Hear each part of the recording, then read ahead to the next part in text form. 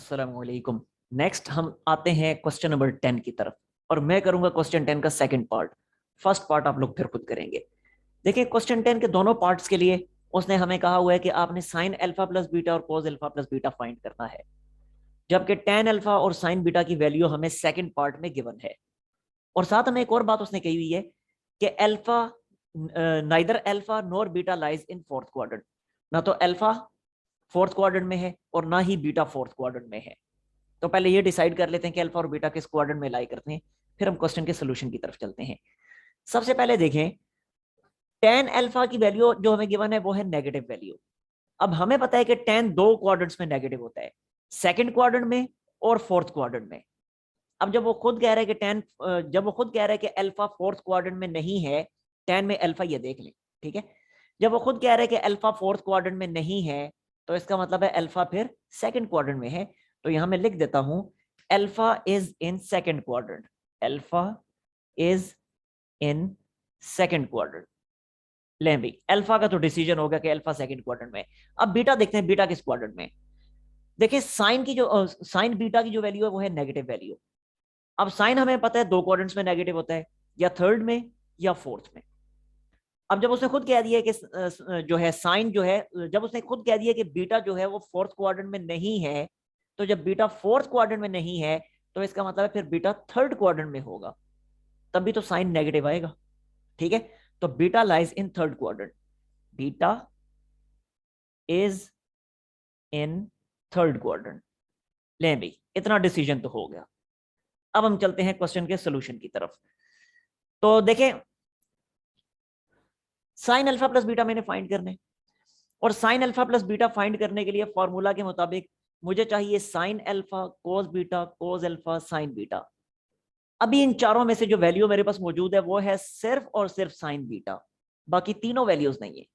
तो मैं क्या करूंगा, मैं ये करूंगा कि साइन बीटा को यूज करते हुए कोस बीटा फाइंड कर लूंगा। ठीक है, तो पहले कोस बीटा फाइंड करते हैं। तो इसके लिए मैं लिखूंगा, फिर क्या लिखूंगा वाला, ये फार्मूला, ये वाला जाना पहचाना फार्मूला। इस फार्मूला के मुताबिक मैं लिखूंगा cos beta is equal to plus minus under root one minus sine square beta, one minus sine square beta. ठीक है जी, plus minus as it is, values put करें, one minus sine square beta. अब देखिए negative sign का जब मैं square लूंगा, ये वाला स्क्वायर, तो नेगेटिव साइन बीच में से रिमूव हो जाएगा। ठीक है, ये वाला नेगेटिव, इस नेगेटिव को ना कहीं रिमूव करते रहना, वो नेगेटिव तो एज इट इज आएगा। ठीक है, ये वाला नेगेटिव स्क्वायर लेने से रिमूव हो जाएगा। बाकी 7 का स्क्वायर बनेगा 49 डिवीजन, और 25 का स्क्वायर बनता है 625, पता ही है आपको। Now this is equal to plus minus, अब 625 माइनस 49 क्या बनता है, 576 बनता है आई थिंक, और 576 का जो स्क्वायर रूट होगा वो बनेगा 24।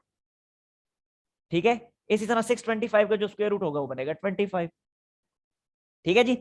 अच्छा, अगले स्टेप में हम देखते हैं कि बीटा थर्ड क्वाड्रेंट में लाई करता है ना, और कोस थर्ड क्वाड्रेंट में नेगेटिव हुआ करता है, इसलिए ये पॉजिटिव साइन बीच में से खत्म। तो ये बना -4/25, और रीजन दे देनी है since beta is in third quadrant, क्योंकि बीटा जो है वो थर्ड क्वाड्रेंट में है। ठीक हो गया जी। लें जी, इतना तो होगा कि कोस बीटा हमने फाइंड कर लिया। अब हमें मजीद कौन कौन से चाहिए। अब देखें, साइन बीटा भी हमारे पास मौजूद है, कोस बीटा भी मौजूद है। अब मजीद जो हमें चाहिए वो चाहिए साइन अल्फा और cos alpha.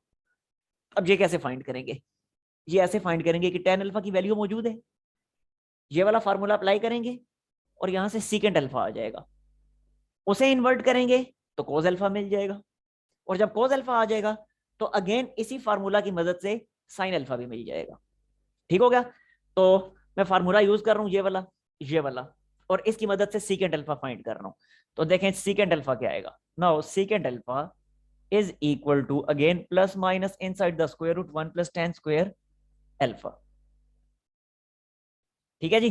Now this is equal to plus minus 1 as it is, plus का साइन, tan अल्फा की वैल्यू है -15/8। अगेन ये स्क्वायर है तो ये स्क्वायर इस नेगेटिव साइन को खत्म कर देगा। 15 का स्क्वायर क्या बनता है, 15 का स्क्वायर बनता है 225, ठीक है, और 8 का स्क्वायर बनेगा 64। अब अगले स्टेप में प्लस माइनस डायरेक्ट एलसीएम में ले रहा हूं और डायरेक्ट ही मैं लिख रहा हूं कि 64 प्लस 25 बनेगा 289, 289 का स्क्वायर रूट बनता है 17 और 64 का स्क्वायर रूट बनता है 8। डायरेक्टली मैंने कर दिया। अगर आप लोगों को समझ नहीं आई तो इसके अंदर एलसीएम लें, एलसीएम लेने के बाद सिंप्लीफिकेशन करें और स्क्वायर रूट लें तो यही आएगा। अच्छा, अब अगेन कौन सी वाली वैल्यू इसमें से हम एक्सेप्ट करेंगे, पॉजिटिव या नेगेटिव? तो देखें अल्फा जो है, अल्फा अल्फा किस क्वाड्रेंट में है? सेकंड क्वाड्रेंट में। और सेकंड क्वाड्रेंट में सीकेंड नेगेटिव होता है क्योंकि सेकंड में कॉज नेगेटिव होता है। तो ये नेगेटिव वैल्यू मैंने लिख दी -17/8 और रीजन इसकी भी दे देनी है क्या? Since alpha is in second quadrant, alpha is in second quadrant, ठीक है जी। अच्छा, सीकेंड अल्फा आ गया मेरे पास। अब इसी को मैं इन्वर्ट करता हूं तो मेरे पास कॉज अल्फा भी आ जाएगा। तो ये देखें अभी कॉज अल्फा, कॉज अल्फा क्या आया?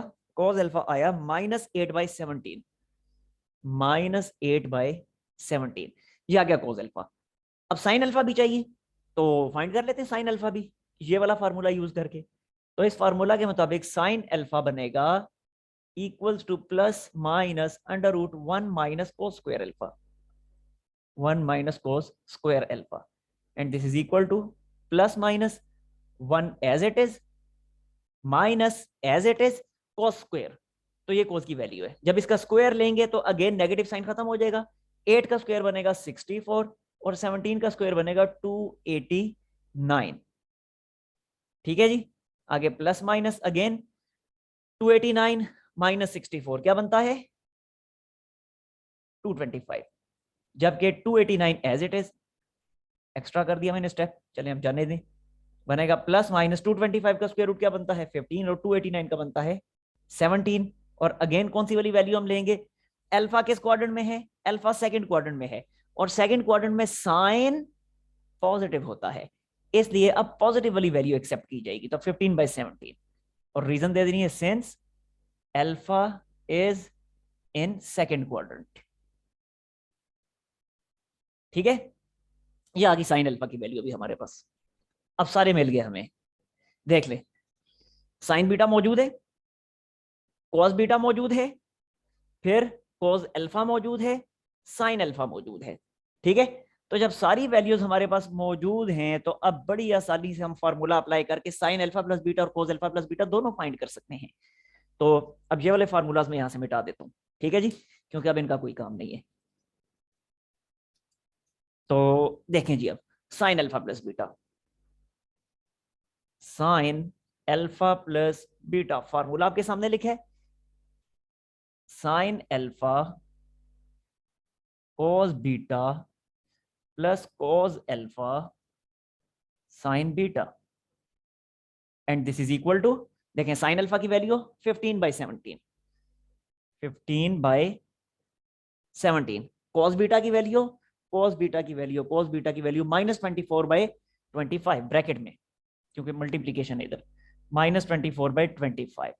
आगे प्लस का साइन, कोस अल्फा की वैल्यू, कोस अल्फा -8/17, -8/17, और आखिर में है साइन बीटा की वैल्यू, साइन बीटा की वैल्यू ये थी -7/25, -7/25।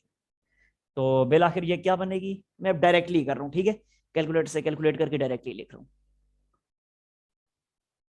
तो ये वैल्यू आती है -304, -304/425। ये आ गई हमारे पास value sine alpha plus beta की। अब कोस अल्फा प्लस बीटा की फाइंड करनी है, तो कोस अल्फा प्लस बीटा की अब क्या होगी? कोस अल्फा प्लस बीटा, यस।